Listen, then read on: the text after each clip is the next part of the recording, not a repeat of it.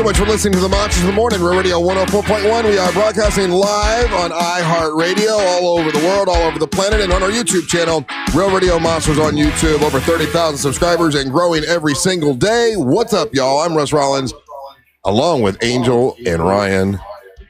And we have a guest on the line with us right now. We got a little feedback there. Okay. A guest. That's my fault, sir. That's all right. Guest on the line with us. It's Dr. Leslie Rogers is with us, and she is an independent psychologist and the publisher and chief editor of Mental Health Talk magazine. Hello, Dr. Rogers. How are you doing today?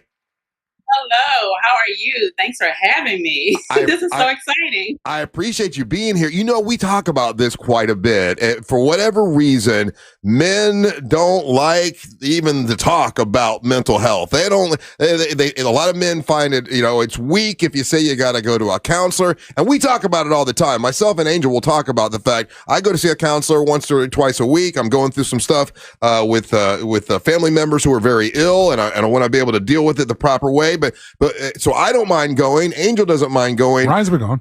And Ryan's been going as well. But why do you feel like most men, or do you even feel like most men reject the idea of mental health? Actually, I think it comes down to rearing and discussing mental health and mental issues growing up. How are we taught to discuss mental illness growing up? Are we even taught about it? Especially as a man, I often tell people in African-American family, men don't really have time to talk about mental illnesses. They they have to work and take care of home. So what are those stigmas that we grow up with around men? And then once you get into the real world, once you grow up and become an adult, then what does your job say about mental illnesses? Is it supported? Can you talk about it? Do you have to fear that you're going to lose your job, especially when you talk about first responders? Can you openly talk about mental illnesses? Oftentimes not. And it's a scary process sometimes, because what does that say about you as being a male? Does it show signs of weakness? What does it say to show signs, to show vulnerability? Is it safe for me to show vulnerability? Did you guys just disclose that? I think you just said that you've attended therapy, or you're in therapy, or you're dealing with stuff with your families. Yeah. How is that? That shows vulnerability, and you're saying that in an open forum where people are listening. So you just normalize that for other people, by the way. So thank you guys. Hey, but it's funny, Dr. Rogers, I didn't feel comfortable going until I watched The Sopranos. And Tony Soprano was going, like, that made me feel like it was okay, which I know sounds crazy and silly, but no, I didn't grow up in a household where therapy was considered okay. It meant you had a problem, right? My parents are from the 50s, and my dad was a Marine, and like, they didn't believe in that kind of stuff. And you're right, normalizing it and talking about it does definitely help a lot of people. And I didn't realize that PTSD was such a horrible thing. And I married a paramedic, and not only does she have issues with PTSD, but a lot of her friends who are paramedic have to deal with it, and it's a real thing. It really is. And to get people, how difficult is it for you to get people to even attend therapy? Again, it comes to how you feel about therapy and how you define therapy. One thing you said earlier was your dad was a Marine. Yeah. We talk about responders and we talk about military. So PTSD was originally put together to deal with trauma within the military components. But now, we know that we all in some ways deal with trauma. It might not be to the level of being diagnosed with PTSD, but we all in some ways deal with trauma. And and that's when we talk about PTSD. But when you ask the question about how hard is it for people to come into therapy, therapy is sometimes difficult. People come into therapy thinking that things are going to be fixed just like that. And then they come in and realize, oh, I almost said that sugar, honey, iced tea word, right?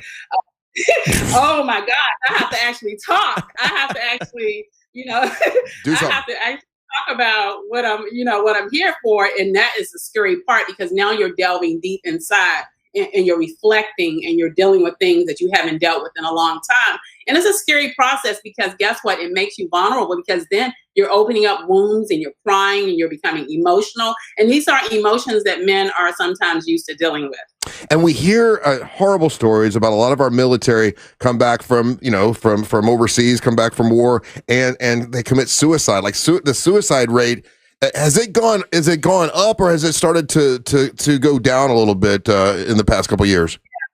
No, so I don't have exact numbers, but suicide rates are always prevalent. They're more prevalent in men and first responders. And I think I just wrote an article for my magazine. 1%. I think this one article said 1% of the population was first responders, and that was, I think, in 2017. I'm not sure. Don't quote me. Yeah. However, it does happen, and again, there's gender differences when you talk about suicide. Men often their suicides are more successful than women because of the method. Because when men usually use more lethal means than women, so they're more successful. And then when you talk about mental health, women are most often diagnosed more than men because of underreporting, because men don't report, or they report their symptoms differently than women, and then we might mess it up. We might diagnose with like antisocial disorders or anger-related disorders, right, or other externalizing disorders when they're actually dealing with depression.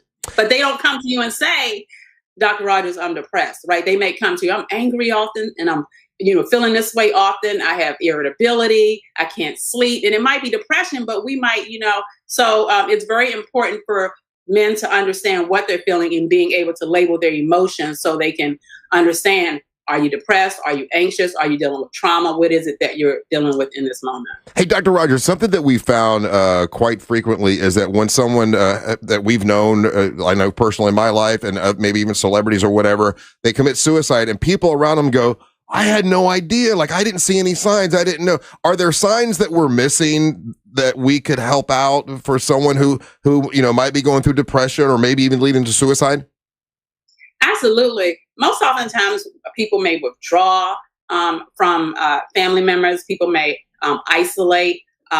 Any changes in behaviors, such as people feeling low, or are they feeling down and depressed? So I want to say this about suicide. So I remember when I was working in federal law enforcement, we were talking about, we would do suicide prevention, right? Suicide prevention. I don't like the word prevention because then that puts a lot of responsibility on a person to try to prevent someone from suiciding. And some people don't like when I say this, but listen, guys, if a person wants to kill themselves, they're going to do it without you knowing it. Right. They're going to do it. So I don't like saying prevention, but you can do suicide awareness. You can create awareness around typical presentations around suicide, right? Is a person saying that they don't want to live anymore? Ask. We're often afraid to say, hey, are you thinking about killing yourself? What we'll say is, hey, do you think about hurting yourself? No, ask the question.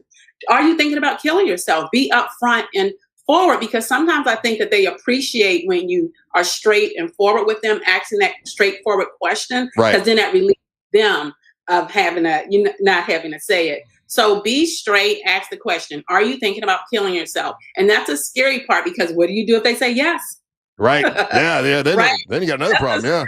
Yeah. Angel, a question for Dr. Rogers. She is the chief editor of Mental Health Talk magazine. Dr. Rogers, so you've got this event getting ready to come up here in October. And one of the things that you're focusing on is the idea or the concept of self-care. And I have found in my experience that people have a hard time understanding what that means. And a lot of people, my experience, like I feel like I have a pretty decent self-care routine, and I know the things that I need to kind of do to get myself in those positions to do that. How do you explain self-care to someone who to them, it sounds like you're just looking for an excuse to waste time? Yeah. Self-care is a personalized approach to loving yourself. Yeah. It helps you love yourself. Some people may go to the gym. That's a form of self-care, right? For me, I may go to the beach or go to the water or go somewhere else. Self-care isn't only loving yourself, it's taking care of yourselves, such as going to doctor's appointments, going to therapy. That's a form of self-care, guys, and make sure you're mentally okay. So what this retreat is, it promotes total self-care. It teaches these men how to love yourselves in different ways. Everyone will do that in a different way, and that's okay. There's no right or wrong answer. But what creates that balance in your life to help you create that work-life balance, that loving self-balance. And that's what this retreat is about. We have excursions included. I also included golf. The house sits on a golf course. Did you guys know that? There's a 15-bedroom house. Everybody has their own bathrooms. So it's on a golf course. And then we're going to talk about mental illness as well, where it's not going to all be fun and games. We're going to talk about PTSD, depression, anxiety, and of course, suicide. And then I am going to personally teach you guys how to engage in mindfulness, meditation, and relaxation. And that's a hard thing for men because some people think it's silly. But once you learn the process, I'm telling you guys, it helps sleep. It helps improve mood. There's a lot of benefits, benefits to mindfulness, meditation, and relaxation. So I'm looking forward to it. Okay. We got Ryan, you got a question for Dr. Rogers. I do. What kind of guys are coming to this retreat? I mean, like, because so many guys I know, like, I'm a big advocate of mental health and I try to do it myself. But like, even me talking about it, I run into people that are like, therapy is not even real. How am I going to fix myself for a weekend? Is it like wives dragging their husbands in, kicking and screaming? I mean, like, what's your general like audience and how these guys get in here?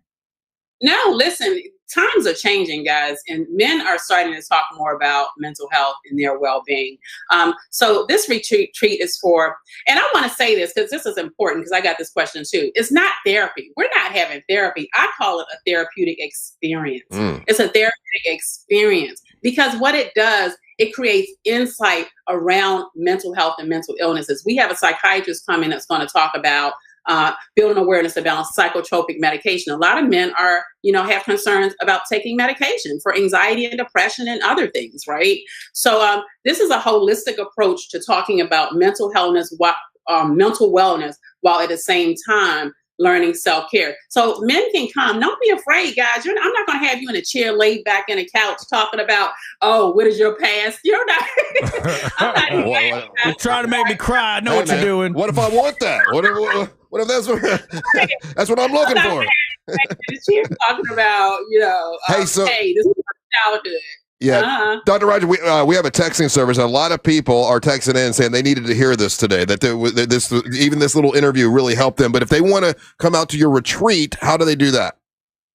Yes. So if you go onto my website, www.mentalhealthtalk.live, LIVE, and go to the bookstore, there'll be a description of the retreat. Now we have 2 descriptions up there. One is the retreat is from October the 3rd through 6th. However, there's opportunity to check in on the 2nd. We have a personal chef that's going to come and cook all the meals. Everything is included, guys. I am going to spoil these men who attend. Everything's included. The only thing, the extra charge is for golf. We did add golf, but I reduced the rate so much that I wasn't able to include golf in there. So golf is an additional expense if anyone wants to do that. But go on to www.mentalhealthtalk.live. You can read about me there too. And then you can look at the bookstore and you'll see the retreat there. Again, this isn't therapy. It's a therapeutic experience. And I think you guys should take advantage of this. Love yourselves. When do you treat yourself? Hey, listen, let me say this. I have never, and I did my research, I have not found a retreat for men around mental illness. I haven't seen it. And I've done research. Right. So this is the first ever retreat for mental illness. And my goal is to extend this through different states. So our next state is going to be Washington, D.C. And then we're looking at Atlanta and other states. If you guys want me to come to your area, let me know. I'll be there. But hey, I'm on a mission and I'm getting these stigmas dropped. Where are you at right now? Where do you live? So it's funny. So I live in Maryland. I work in North Carolina. So Vegas City, North Carolina. I'm a former VA psychologist. Okay. I've been out here for 5 years. Oh, yeah. Oh, you're busy there, I'm sure. Yeah, in VA. Well, listen, thank you so much for being on with us today. It's Dr. Leslie Rogers. And if you want to find out about the retreat, just look her up. And we appreciate you taking time. Thank you. This has been an amazing opportunity. All right.